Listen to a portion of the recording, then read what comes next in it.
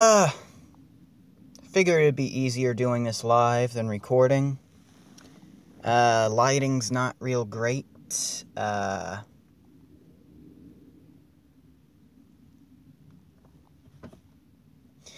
it is what it is. I just realized I'm doing this in portrait mode. And for that, I apologize. So this is my very first comic book review for just slightly avoiding the right.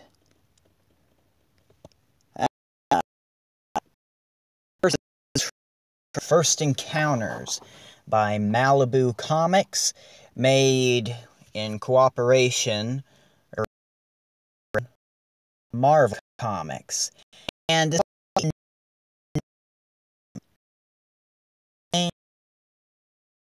solely an X-Men crossover.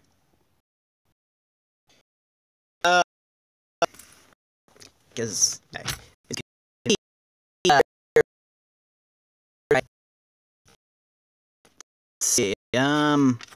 yes. So our first actual story, because this is a collection. This is a collection of about 4 crossovers between Malibu Comics, which I guess used to exist, and Marvel Comics, using, and it's about 4 stories. I think this is their second crossover, second or third, because they make reference to one happening before with the Avengers involved, although the Avengers aren't really here. If you don't know, Marvel and DC are not the only comic book publishers out there. I believe they used to have, I believe they had, okay, like I was saying, our very first crossover is Prime versus Hulk. Prime, to me, seems like a very Shazam-ish character. Little Superman mixed in there, but what I could gather from this story, because I've never read anything with Prime in it before. I know he's supposed to be, like, the strongest hero in the Malibu universe, which is why they have him fight the Hulk. You can see right here, you can see right here, there's Prime, there's Prime, there's Prime. They can't, the Malibu's, I guess, the Ultraverse is what they called it. Their universe for superheroes was about as 90s as you could get. So you got this Shazam-type character, but instead of being a little kid who turns into a magical superhero by saying a magic word, he's like an angsty teen or young adult who transforms, I guess it's supposed to be gross. You can see, like, some kind of slime or snot transforming him right there. For extra edginess. He turns into Prime by saying, yeah, so this process happens when he says the words, "It's prime time." And he's, like, transforms through this slime. Its sound effect says, "Splurp." Spurlorp. So, yeah. And as for the Hulk, well, he needs no introduction.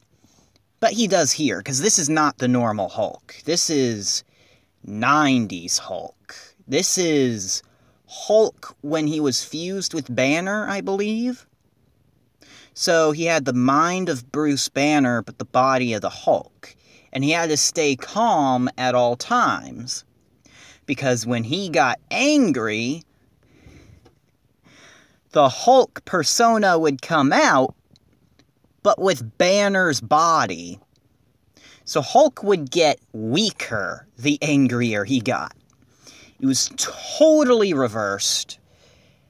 So yeah, all the characters here are the 90s versions of the characters. So we got Professor Hulk, we got Wolverine without his adamantium, Captain America in a power suit because he lost his super soldier serum. What was the other one? Oh, my bad, it's only 3 crossovers. Thought there was another one. And we just got the X-Men, just 90s X-Men. So,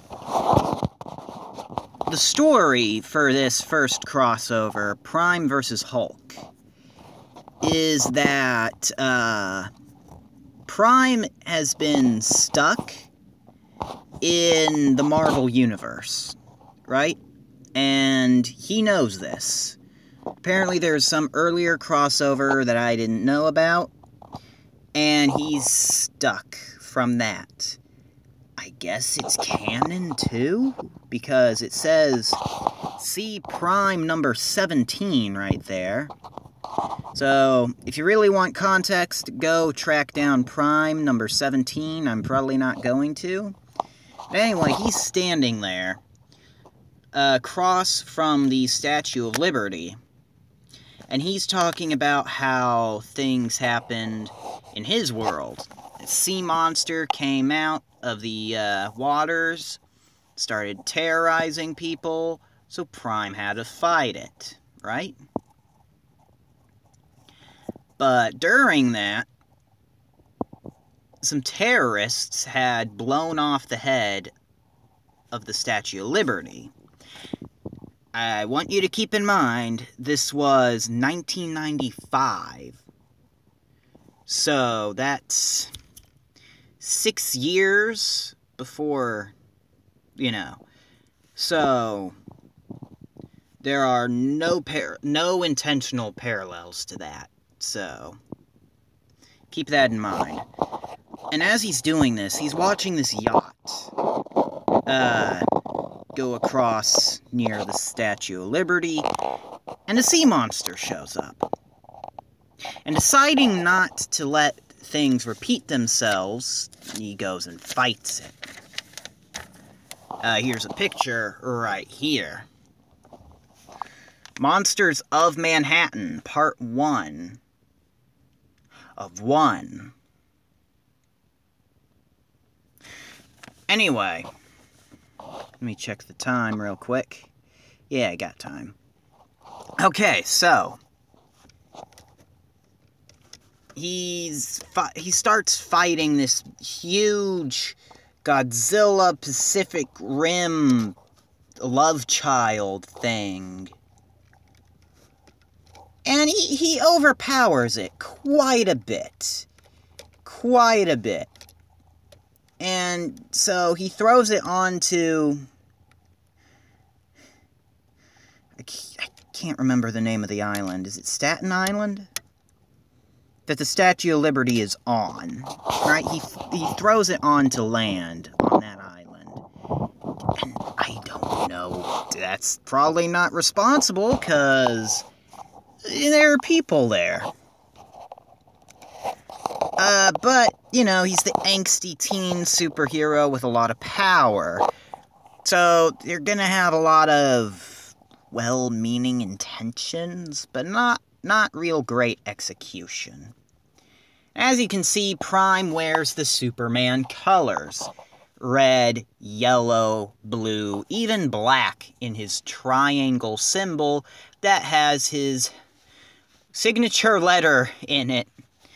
In red. So, just like the old Superman symbol. He's even got a yellow version on the back of his cape. like Superman had at that one time.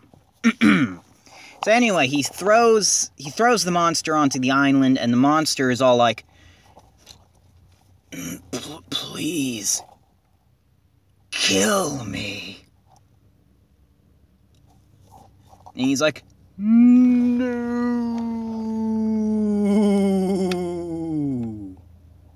No. Looks like that's the male right behind me, but...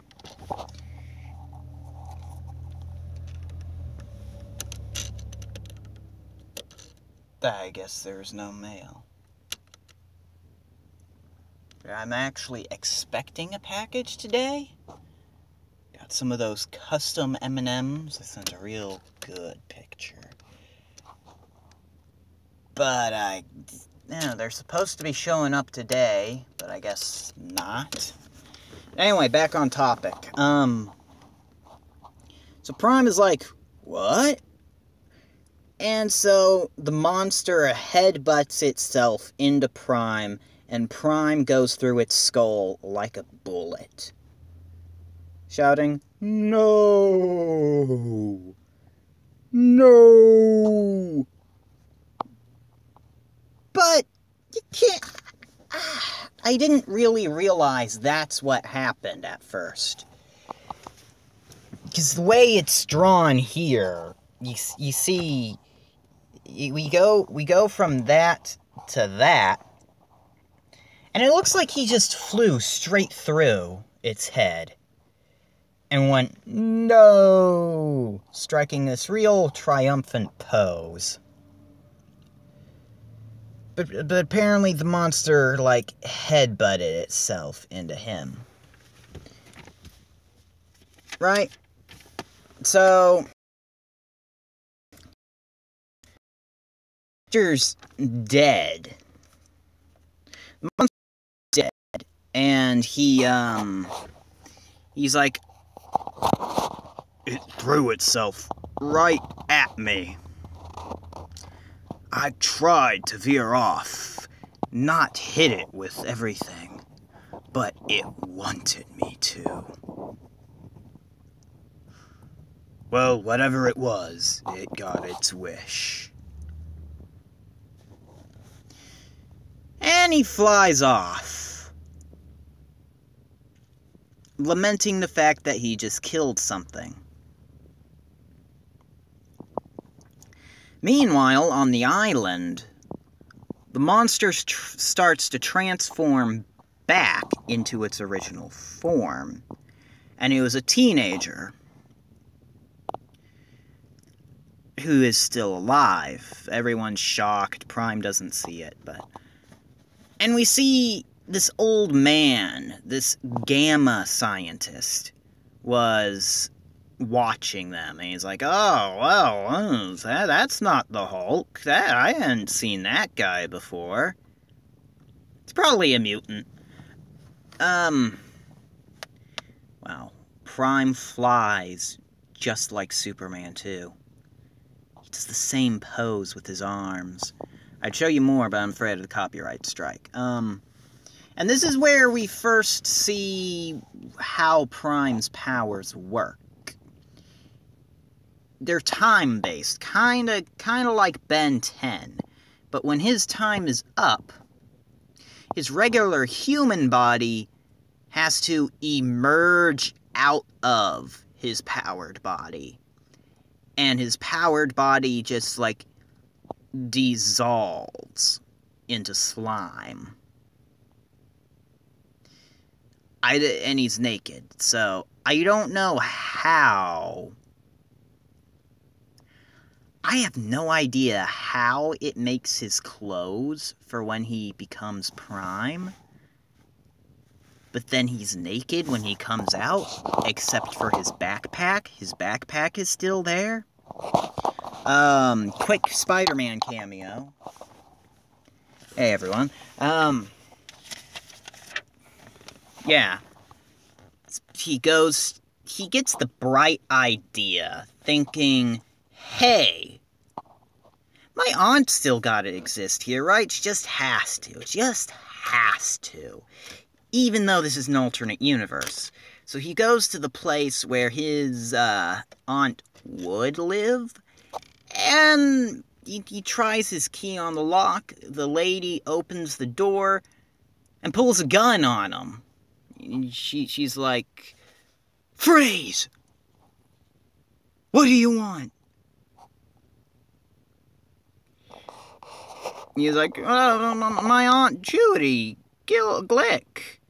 She lives here, or she used to, or I mean, she's supposed to." She's like, "No, Glick here, kid. I bought this and I bought the lease from an old Italian who'd been here 30 years. She still has the gun, like, in his face. And then she immediately puts it down, and she's like, "Sorry if I scared you. Maybe I can help you find where you're supposed to be." And realizing how obviously crazy this is, he runs off. And she's like, "Kid, wait! Don't be stupid!"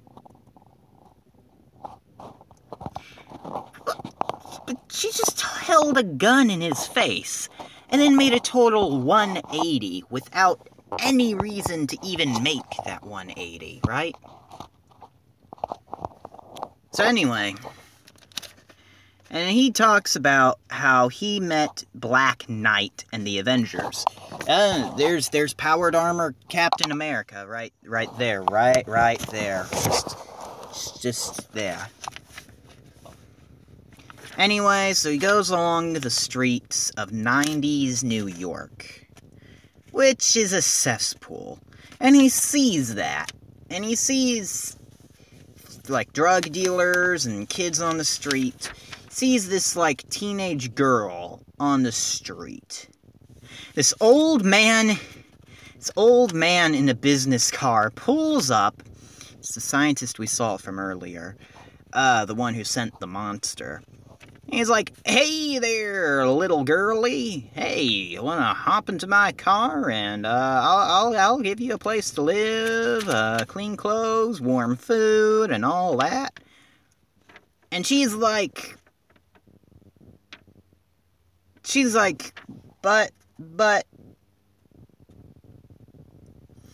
instead of yelling police or running or doing anything, she just goes, But, so he grabs her arm, takes her in the car, starts to scree off. That's what it says right there, scree. Prime sees this, and he's sickened, because he was experimented on as a child, and instead of seeing this as a normal child abduction, he somehow instantly knows that it's some kind of mad scientist taking her to turn her into some kind of monster. So he turns into Prime. He goes and attacks the guy. Hulk is walking down the street in his trench coat and fedora. Really? He is? So just as Prime is about to, like, I don't know, obliterate this guy, Hulk comes up and attacks Prime, because he doesn't know what the guy's doing. He just sees a gamma scientist being attacked by this weird Superman Shazam XP. And he's like, "Jesus, call me the Incredible Hulk." And then Chapter 2 begins. See? They are now commencing fisticuffs. So they get into a bit of a scuffle. Not really much to see. They just hit each other a couple of times. The old scientist dude blows a dog whistle. And it brings all his other experiments out. And they're not giant monsters like the first was. Instead, they're like these zombified teenagers. You can see right here. And then...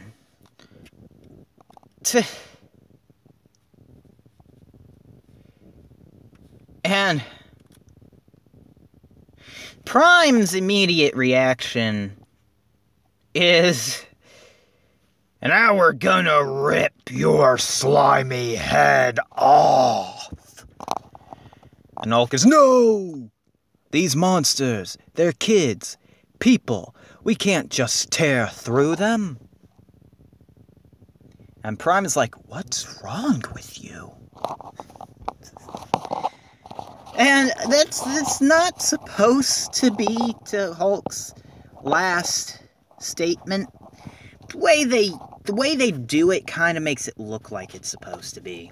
But no, Hulk is getting angry. And he explains through Thought Bubble that means he's getting weaker. Right? And so he starts giving Prime instructions on how to fight like the Hulk does. And he's like, foot stomp! Prime! Foot stomp! Prime does the foot stomp and knocks a bunch of the zombified teenagers over. And he was like... And Prime does the thunderclap, which blows them all away. Whoops. Hulk dives in to start fighting the dude. The old scientist man transforms himself in the totally not abomination, totally not leader amalgamation, original character. Wild Man. Yeah, Wild Man.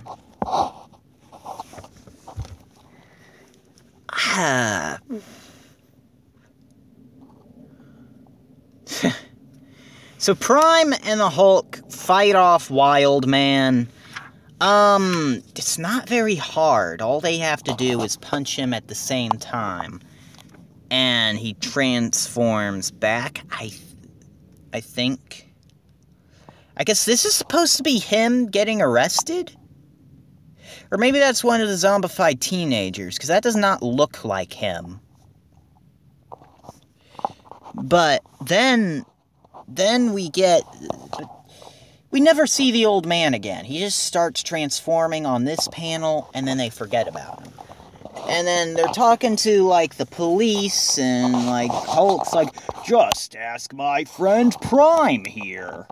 So Prime sneaks off, because his time limit is up. He sneaks off, and, to turn back. Hulk goes into the alley, and just sees Prime's body start to melt. Right? And he melts in his hands. Prime melts in the Hulk's hands. And while the kid just runs off, right? And that, for all Hulk knows, that's how Prime died. 'Cause I'm pretty sure they never meet ever again. And here we just get some splash pages, advertisements, it says, check out the regular adventures of both Prime and Hulk in the pages of their own monthly comic books, only from Malibu and Marvel. So it wasn't really much of a fight. Next one we get is actually an X-Men Ultraverse event called The Phoenix Resurrection. Book 1, Genesis. Book 2, Revelations. So no, just very, very subtle biblical references or pseudo-references. And in Book 3, Aftermath. Just Aftermath. And, if I'm not mistaken, this is actually the one where the crossover between Wolverine and Nightman comes up. So yeah, the Nightman versus Wolverine. Running out of time, so I'm gonna have to split this into another part. So that was my review of Mutants vs. Ultras, First Encounters, Hulk vs. Prime. And I'll see all of you Zero viewers later. I will see all of you guys later.